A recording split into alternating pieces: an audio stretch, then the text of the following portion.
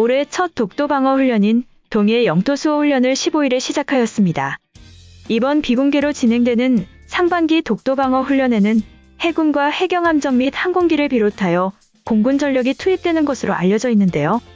이번 훈련에는 상륙부대인 해병대는 참가하지 않는 것으로 전해졌습니다. 지난해 하반기 훈련에는 기상과 코로나19 상황으로 상대적으로 적은 전력이 참여하였지만 올해는 예년 수준으로 정상 시행할 예정입니다. 다만 코로나19 상황을 고려해 해상훈련 및 비접촉 훈련으로 진행되며 입도 훈련은 하지 않을 것으로 전해졌죠. 독도 영토 수호 훈련은 1986년부터 군과 해경이 매년 상하반기로 나눠 정례적으로 진행되어 오고 있는데요. 일본은 한국군이 독도 방어 훈련을 할 때마다 반발하였습니다. 그리고 이번 독도 훈련에 대해서도 일본은 받아들일 수 없다고 주장하고 있는데요. 지난 15일 기시 노부오 방위상은 한국군의 독도 훈련을 실시하는 데 대해 받아들일 수 없다고 밝혔습니다.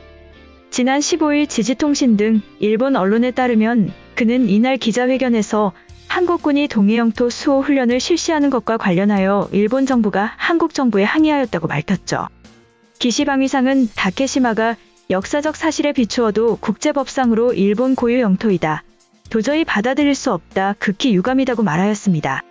또한 그는 지난 12일 도쿄 주재 한국 대사관 주재무관에게 실무금의 설명을 요구하는 항의도 진행하였는데요. 한편 이번에 한국이 실시한 독도 수호 훈련을 딴지 걸며 한일 정상회담을 취소했다고 일본은 밝히고 있습니다. 지난 14일 한국 외교부 당국자는 한일 정상회담이 취소된 것과 관련해 일본 측이 연례적으로 실시하는 동해 영토 수호 훈련을 이유로 실무 차원에서 잠정 합의했던 약식회담마저 끝내 응하지 않았다고 말하였죠.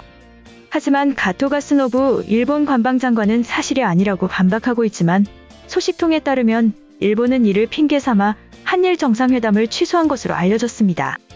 지난 15일 김준영 외교원장은 지7 정상회의에서 문 대통령과 약식회담을 잠정 합의하고도 취소한 것에 대해서 일본의 행동은 외교적으로 상당히 결례지만 놀랍지 않다고 표현하였습니다.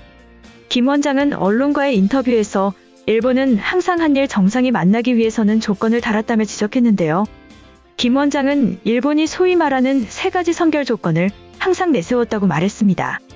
첫 번째로 일본은 1965년 한일 청구권 협정과 두 번째로 위안부 합의, 세 번째로 강제징용의 판결을 그대로 받으라는 등 한국을 향해 완전한 굴복을 요구하는 굉장히 무례한 외교를 요구한 것으로 알려졌죠.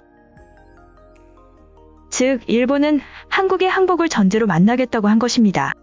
또한 일본이 이처럼 대화의 조건을 거는 이유에 대해 일본이 심술이 나는 것 같다. 코로나 사태를 겪으면서 한국이 계속해서 부각되고 있고 일본은 그와 반대로 강대국의 모습을 보여주지 못하고 있다고 말하였죠. 이어 그는 지7에서 한국이 중심이 되면서 일본 내 우익들의 분위기가 한국에게 본때를 보여줘야 한다고 생각하는 것 같다. 현재 도쿄올림픽 강행과 코로나 대응 등으로 일본 내 여론은 계속해서 악화되고 있고 이러한 여론을 잠재우기 위해 한국으로 눈을 돌리게 하려는 심상인 것 같다고 말하였습니다. 또 그는 일본 언론들이 문 대통령이 스가 총리에게 먼저 인사한 점을 부각하는 것에 대해서도 언급했는데요. 그는 일본의 여론은 문 대통령이 총리에게 찾아가서 조아리는 것처럼 마치 그런 분위기를 만들었다. 이러한 대목에서 일본의 다급함이 보이고 있다. 그런 것 외에는 한국에게 이길 것이 없었기 때문에 사소한 꼬투리를 잡고 있는 것이다. 일본이 굉장히 편협하게 외교를 하고 있다고 지적했죠. 한편 이번 지7 정상회의에서 일본 총리는 타국 정상들과 잘 어울리지 못하는 모습을 보이면서 스스로 왕따를 자처했다는 평가를 받고 있습니다. 지난 11일 트위터에 한 네티즌이 올린 영상에는 영국에서 지7 정상들이 모여 기념 촬영을 하는 모습이 담겨 있었는데요. 그는 스가 총리에 대해 누구와도 한마디 나누는 것이 없이 국제적인 고립감이 있는 모습을 보여주고 있다고 평가하였죠. 동영상에는 스가 총리와 조 바이든, 미국 대통령 등 지7 정상들이 영국 코널의 해변에 마련되어 있는 무대에서 기념사진 촬영을 위해 입장할 때부터 촬영이 끝나고 퇴장할 때까지의 모습이 담겨 있었습니다. 다른 정상들은 각국의 정상들끼리 대화를 주고받는 모습을 보여주었지만 스가 총리는 다른 정상과 대화하지 않는 모습을 보였는데요. 예를 들면 보리스 존슨 영국 총리는 앙겔라 메르켈 독일 총리와 대화를 나누는 장면이 포착되었고 바이든 대통령은 에마뉘엘 마크롱 프랑스 대통령과 어깨동무를 하고 담소를 나누었고 근처에 있는 우르줄라 폰데어라이엔 EU 집행위원장이 대화에 귀를 기울이며 함께 이동하는 모습이 담겼습니다. 이러한 스가 총리의 모습에 대해 네티즌들은 혼자서 쇄국 정치하고 있는 것 아니냐, 아니면 코로나라서 혼자 거리두기 하고 있는 것이 분명하다고 비판하였죠.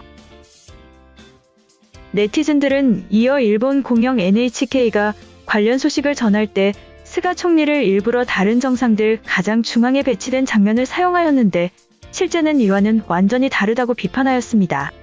또한 이전에 한 번도 만난 적이 없는 단계에서 지난 4월 미국과 일본의 정상회담에서 바이든 대통령과 스가 요시히데 총리가 조아 요시라고 서로 친근하게 이름을 부르기로 의견을 일치했다는 불가사의한 뉴스도 있었다고 네티즌들은 지적하였는데요. 이번에 공개된 동영상은 출처가 표기되어 있지는 않았으나 텔레그래프나 가디언 등 영국 언론들도 같은 영상을 사용한 것으로 볼 때 주최 측의 공식 동영상 혹은 공동취재단의 영상인 것으로 추정되고 있습니다. 한편 한국에서는 일본에게 확실히 못을 박았다는 소식이 전해졌습니다. 법원이 일본군 위안부 피해자 손해배상 소송에서 패소가 확정된 일본 정부의 한국 내 재산 목록을 공개하라고 명령하였죠.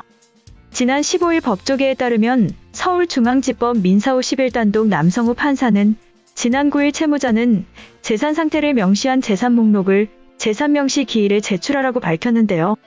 여기서 채무자는 바로 일본 정부입니다. 한국 법원은 고 배춘희 할머니 유족 등 위안부 피해자들이 일본 정부를 상대로 낸 재산 명시 신청을 받아들였습니다. 재판부는 법리적으로 판단했을 때 이 사건에서 국가면제의 예외가 인정된다며 일본의 배상 책임을 재확인했습니다. 재판부에 따르면 강제 집행 후 발생할 수 있는 대일관계의 악화, 경제 보복 등의 국가 간 긴장 발생 문제는 행정부의 영역이라 밝히며 선을 그었죠. 위안부 피해자 12명은 일본 정부를 상대로 불법 행위로 인한 손해를 배상하라며 소송을 진행하였었는데요. 1인당 1억 원을 청구하는 위안부 소송은 올해 1월 8일 승소했습니다. 하지만 일본은 주권을 가진 국가가 다른 나라의 재판관할권을 면제받는다는 국가면제 원칙을 내세우며 소송에 불응했는데요. 1심 판결 이후 항소하지 않아 패소가 확정되었습니다. 일본 정부가 패소하고도 무대응으로 일관했죠. 이에 위안부 피해자들은 손해배상금을 강제 추심으로 받아내기 위해 지난 4월 법원에 일본 정부의 한국 내 재산을 공개해달라는 신청을 했습니다.